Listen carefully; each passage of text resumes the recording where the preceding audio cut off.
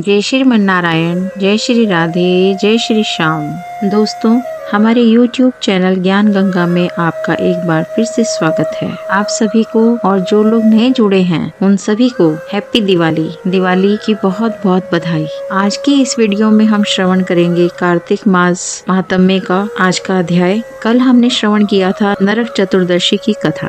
नारद जी कहने लगे कि हे राजा पृथु, जो कार्तिक कृष्णा अमावस्या को दीपावली करता है वह कभी दरिद्री नहीं होता। इस संबंध में एक इतिहास सुनो। सुरसेन देश में सत्य शर्मा नाम का एक अत्यंत दरिद्री ब्राह्मण रहता था। उसके मन में सदैव यही लालसा बनी रहती थी कि यदि मेरे पास धन हो तो मैं उसे दान आदि धार्मिक कार्यों में व्यय करूं। इसके लिए वह सदैव विष्णु का पूजन किया करता था। वह जो कुछ कमाता सब व्यय हो जाता। तब इस दरिद्रता निवारण का उपाय पूछने पर एक विद्वान ने उसे बताया कि तुम धन की प्राप्ति के लिए शिव जी की आराधना करो। तब से वह शिव जी का उपासक बन गया। 1 वर्ष बीतने पर एक दिन शिव जी ब्राह्मण का रूप धारण कर उसके पास आए और बोले कि हे विप्र, धन की प्राप्ति हेतु तुम राजा के पास जाकर उससे वरदान मांगो कि कार्तिक वदी अमावस को हमारे सिवाय और कोई अपने घर में दीपक न जलाए। ब्राह्मण ने ऐसा ही किया और राजा ने उसकी बात स्वीकार कर ली। कार्तिक कृष्णा अमावस्या से एक दिन पूर्व अर्थात चतुर्दशी को सत्य शर्मा ने राजा के पास जाकर उसको स्मरण कराया तो उसी समय राजा ने सारे शहर में ढिंडोरा पिटवा दिया कि अमावस को कोई भी घर में दीपक न जलावे।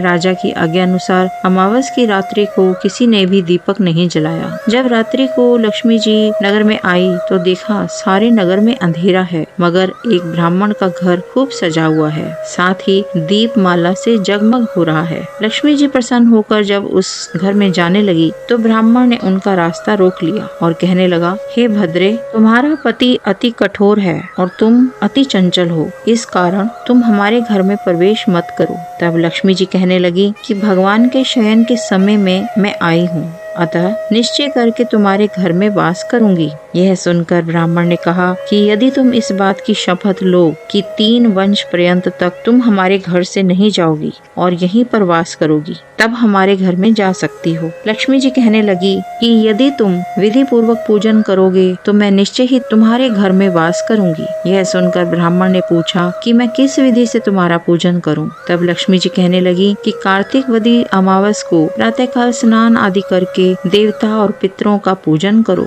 दिन के तीसरे भाग में श्राद्ध करो। अनेक प्रकार के सुंदर पकवानों से ब्राह्मणों को भोजन कराओ। प्रदोष समय में दीप माला करो। अपने घर में तुलसी के स्थान पर, ब्राह्मण के घर में, देव मंदिर में, चौराहे, शमशान तथा गौशाला में दीपक जलाओ। जैसे पतिव्रता स्त्री पति के पहले जागती है, वैसे ही मैं भी भगवान के जागने से 12 रोज पहले जागती हूँ। इस दिन बाल, वृद्ध तथा रोगी के सिवाय और कोई भोजन ना करे। सायंकाल हमारा पूजन करे। सबसे पहले स्वस्ति वाचन द्वारा गणेश जी का पूजन करे, फिर कुबेर जी का पूजन करके संकल्प करे, तत्पश्चात लक्ष्मी जी का पूजन करे। कैसा स्वरूप है लक्ष्मी जी का! कमल के आसन पर स्थित, कमल पुष्पों की माला धारण किए, कमल जैसे नेत्र वाली, गंभीर नाभि वाली, स्तन के भार से नम्र सुंदर वस्त्र वाली, देवताओं के हाथियों द्वारा मणियुक्त घड़ों से स्नान करने वाली, कमल पुष्प हाथ में लिए ऐसी लक्ष्मी मेरे घर में निवास करे। सर्वप्रथम लक्ष्मी जी को आसन दे,